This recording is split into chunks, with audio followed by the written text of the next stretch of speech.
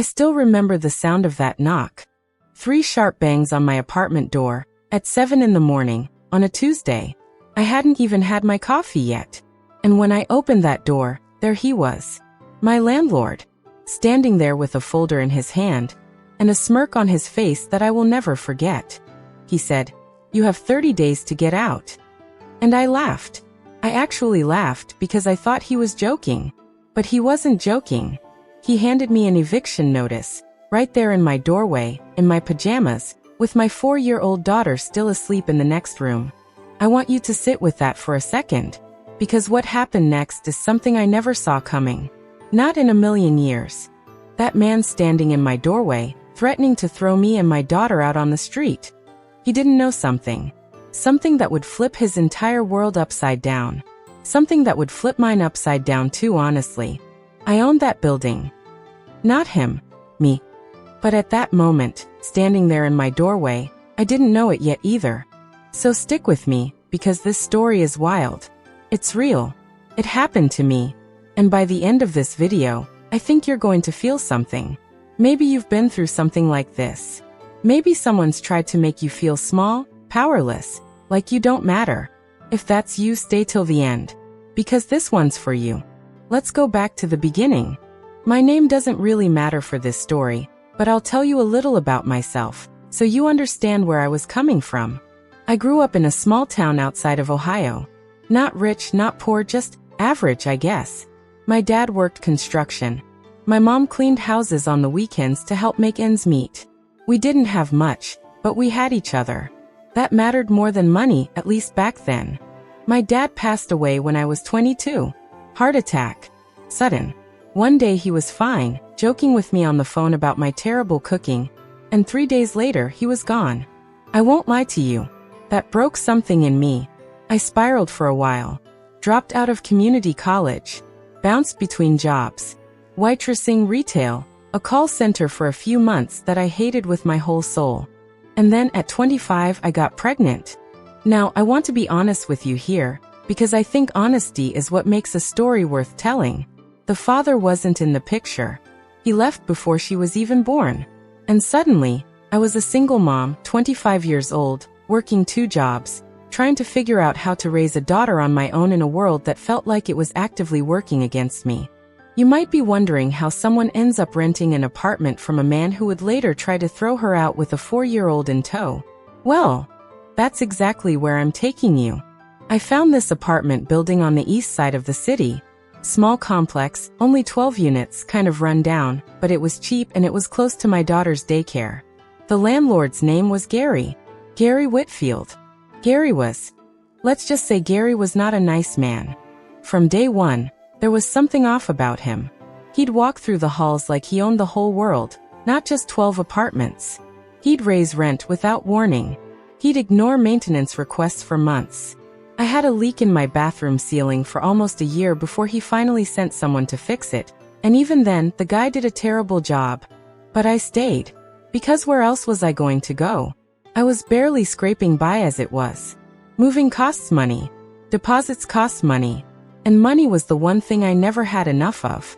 For almost 3 years, I lived in that building, worked as a waitress during the day, and picked up night shifts at a warehouse 3 times a week just to cover daycare and rent. My daughter, Emily, she was my whole world.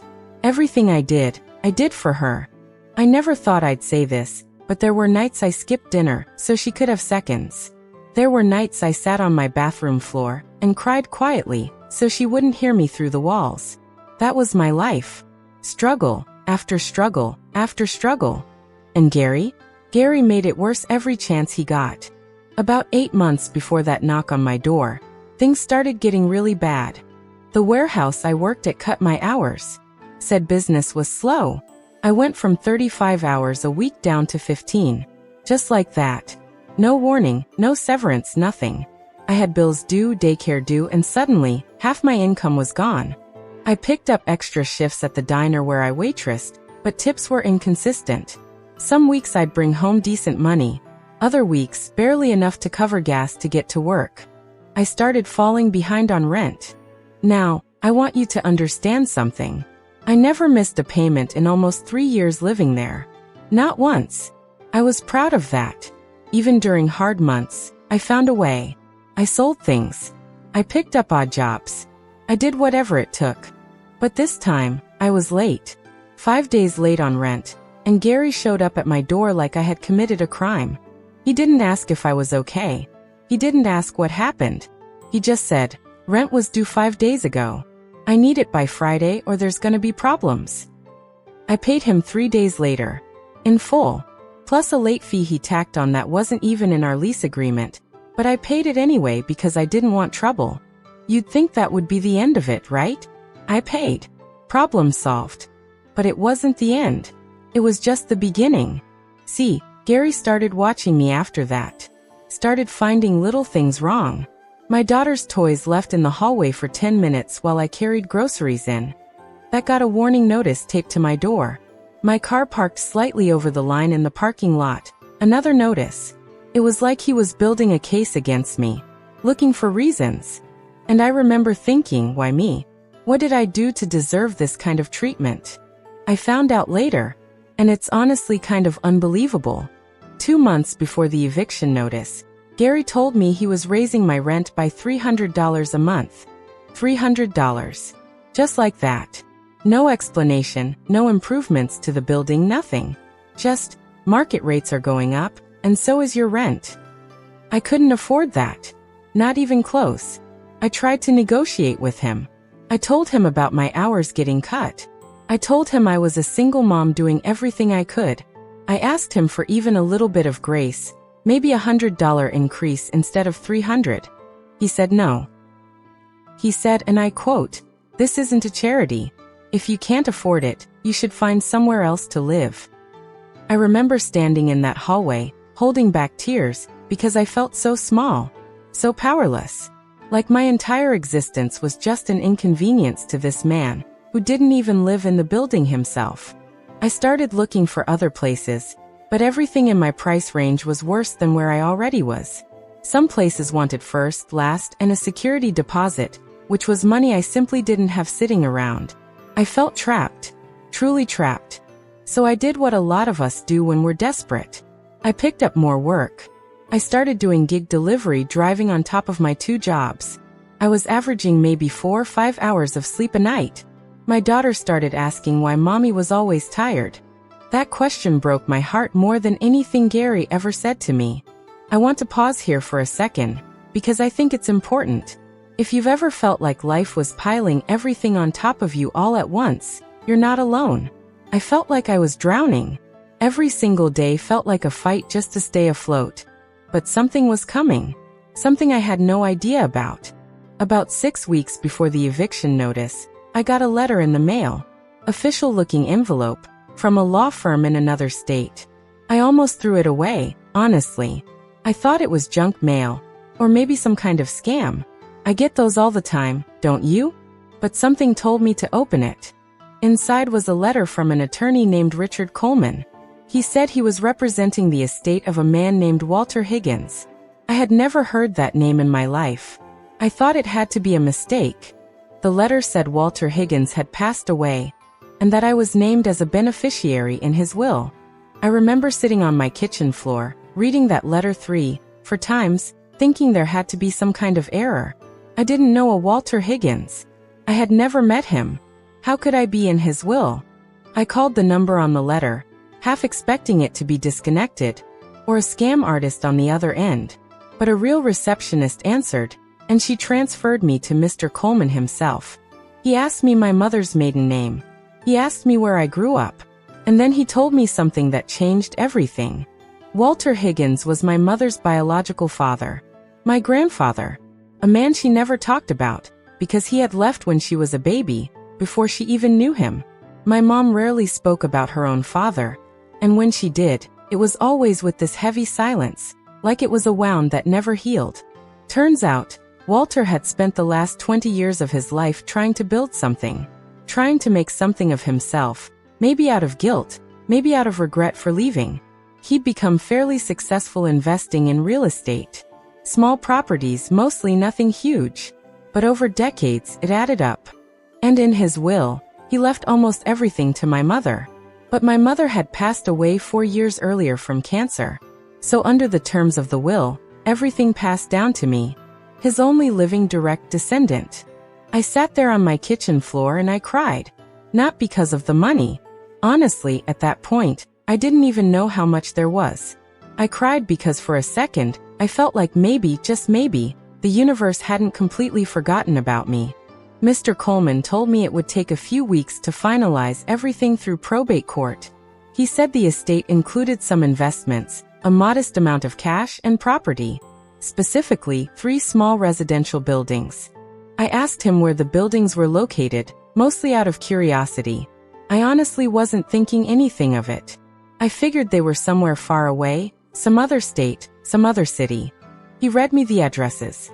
And when he read the second address, my stomach dropped. It was my building. The one I was living in. The one with Gary. The one where I had been late on rent once in 3 years and gotten treated like a criminal for it. I asked him to repeat it, because I thought I misheard. He repeated it. Same address. Same building. I didn't say anything for what felt like a full minute. My grandfather, a man I never met, a man my own mother barely spoke of, had secretly owned the building I was living in.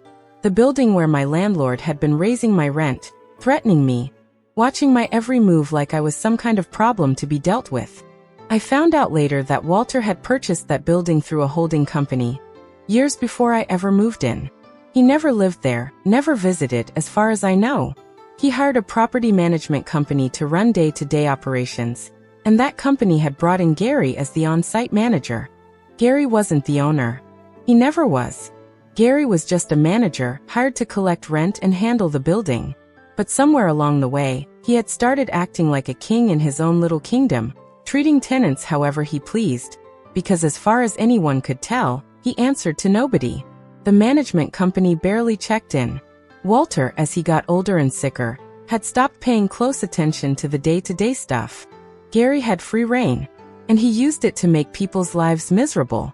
Mine especially, apparently, because I was an easy target. A single mom, exhausted, desperate, unlikely to fight back. He had no idea who I really was. And honestly, neither did I, until that letter. Now here's the thing. Even after I found out about the inheritance, it wasn't instant. Probate court takes time. Mr. Coleman told me it could take anywhere from 2 to 4 months before everything was legally transferred into my name. So for those weeks, I was still living my regular life. Still working my 2 jobs. Still exhausted. Still behind on some bills. I hadn't told anyone yet, not even my closest friends, because it all still felt unreal. Like it was going to disappear if I said it out loud. And that's exactly when Gary raised my rent by $300. And that's exactly when I fell behind again, because of my reduced work hours. And that's exactly when he decided enough was enough, and showed up at my door with that eviction notice. You see the timing here? I was maybe 3 weeks away from legally owning that building, and Gary was trying to throw me out of it. I remember staring at that eviction paper in my hands after he left that morning. My daughter had woken up by then, standing in the hallway in her little pajamas asking me what was wrong, why I looked like I was going to cry. I told her everything was going to be okay. I didn't fully believe it myself in that moment, but I said it anyway, because that's what moms do. I called Mr. Coleman immediately. I was practically shaking on the phone. I told him what happened, that the property manager, Gary, was trying to evict me before the estate had even transferred. There was a pause on the line, and then Mr. Coleman said something I'll never forget. He said, "Don't sign anything. Don't move out. And don't worry. Let me handle this." Over the next 2 weeks, everything moved fast. Mr. Coleman filed emergency paperwork with the probate court to expedite my legal standing regarding the property, given the urgent circumstances. He also sent a formal letter to the management company that oversaw the building, informing them of the situation, and demanding they immediately halt any eviction proceedings against me. Turns out, the eviction notice Gary gave me wasn't even properly filed with the court yet. He hadn't gone through the legal process correctly. He just handed me a piece of paper and expected me to panic and leave. Classic intimidation tactic. And it had probably worked on other tenants before me. tenants who didn't know their rights, who didn't have anyone to call. I want you to think about that for a second. How many people has someone like Gary pushed around over the years? How many families packed up and left because they were scared, because they didn't know they didn't actually have to? That thought made me angry, not just for myself, but for everyone else in that building who had probably gone through something similar. Mr. Coleman told me the management company was shocked to learn what had been happening. Apparently, they had received very few direct complaints, because Gary intercepted most communication with tenants and handled things his way. When they looked into it, they found records of unauthorized rent increases, ignored maintenance requests, and multiple eviction threats that were never properly documented or filed, exactly like mine. 2 weeks after that eviction notice was taped to my door, I sat in a small conference room downtown with Mr. Coleman, a representative from the management company, and Gary. Gary walked in with that same smug look on his face. He probably thought this was some kind of tenant dispute meeting, a formality before he finally got rid of the woman who was causing him problems. He had no idea what was about to happen. Mr. Coleman started the meeting by explaining, calmly and clearly, that the ownership of the building had recently transferred through inheritance. And then he said my name, as the new owner. I watched Gary's face change in real time. Confusion first, then disbelief, then something like fear. He looked at me, really looked at me, maybe for the first time in 3 years, like I was an actual person and not just a number on his rent roll. He said, "Wait, what?" I said, "I own this building, Gary." I'm not going to pretend that moment wasn't satisfying, because it was. After everything, after every notice taped to my door, every rent increase, every time he made me feel small and powerless in my own home. In that moment, the power dynamic flipped completely. But I want to be honest with you. It wasn't really about revenge for me, not fully. It was about finally being seen, finally being respected, finally not being treated like I didn't matter. Gary was let go that same week. The management company reviewed his conduct and found enough violations, unauthorized fee collection, improper eviction attempts, ignored maintenance complaints, to terminate him immediately. I found out later that at least 4 other tenants in that building had similar stories to mine. People who'd been overcharged, threatened, or intimidated.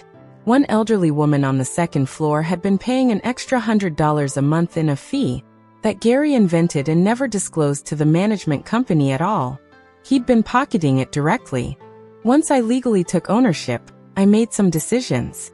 I refunded that woman every extra dollar she'd overpaid, going back as far as records showed. I fixed the maintenance issues that had been ignored for years, my old leaking ceiling included, along with a handful of others. I brought in a new, honest property manager, someone who actually cared about the people living there. And I did not raise anyone's rent that year. Not one unit. I want to pause here and say something important. I'm not telling you this story to brag. I'm telling you this because I think it matters. Because sometimes in life, we feel completely powerless. We feel like the people above us, whether it's a boss, a landlord, whoever, they hold all the cards, and we hold nothing. But things change. Circumstances change. People change. And sometimes, the person who feels the smallest, the most powerless, turns out to be holding more strength than they ever realized. It's been almost 2 years since all of this happened. My daughter is 6 now, in 1st grade, happy, healthy, and honestly, she has no idea how close we came to losing our home. I plan to tell her the whole story someday, when she's old enough to really understand it. I still work. I still waitress a few shifts a week, honestly because I like it. I like the people, I like staying grounded. But I don't have to work those extra warehouse shifts anymore. I don't have to skip meals so she can eat. I don't lay awake at night wondering how I'm going to make rent, because now, I am the one who decides what rent even is.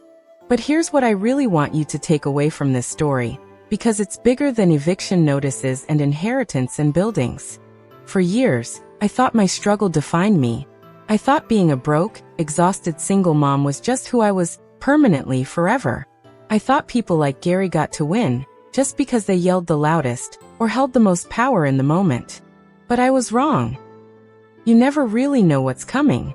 You never know what's around the corner. Sometimes the thing that saves you isn't something you did. Sometimes it's a letter you almost throw away. Sometimes it's a name you've never heard. A grandfather you never met, reaching out to you in a way you never expected. But here's the part that really matters. Even before I found out about that inheritance, I was still fighting, still showing up, still working, still parenting, still trying, even when it felt hopeless. And I think that matters more than the ending of this story. Because most people never get a letter like I did. Most people don't inherit a building. But everyone has the choice to keep going. Even when it feels unfair. Even when the people in charge treat you like you don't matter. If you're going through something hard right now, if you feel like you're being pushed around by circumstances, by people, by life itself, I want you to hear this. You are not powerless. Even when it feels like you are. Keep showing up for yourself. Keep showing up for the people who depend on you. Because you truly never know what's waiting for you on the other side of your hardest season. So that's my story. My landlord tried to evict me. Out of pure cruelty. Out of thinking he could push around a tired, struggling single mom without any consequences. He had no idea I owned the building. Honestly, I had no idea either, not until it mattered most. If this story moved you even a little, let me know down in the comments. I want to hear from you. Have you ever been treated like you didn't matter, by a boss, a landlord, anyone, and then things turned around in a way you never expected? Tell me about it. I read every single comment, and honestly, hearing your stories helps me as much as I hope mine helps you. And if you're new here, consider subscribing. I share real stories, real struggles, real turning points every single week. Because I believe stories like this matter. They remind us we're not alone in the hard stuff. Thank you for sitting with me through this one. Take care of yourself. And I'll see you in the next video.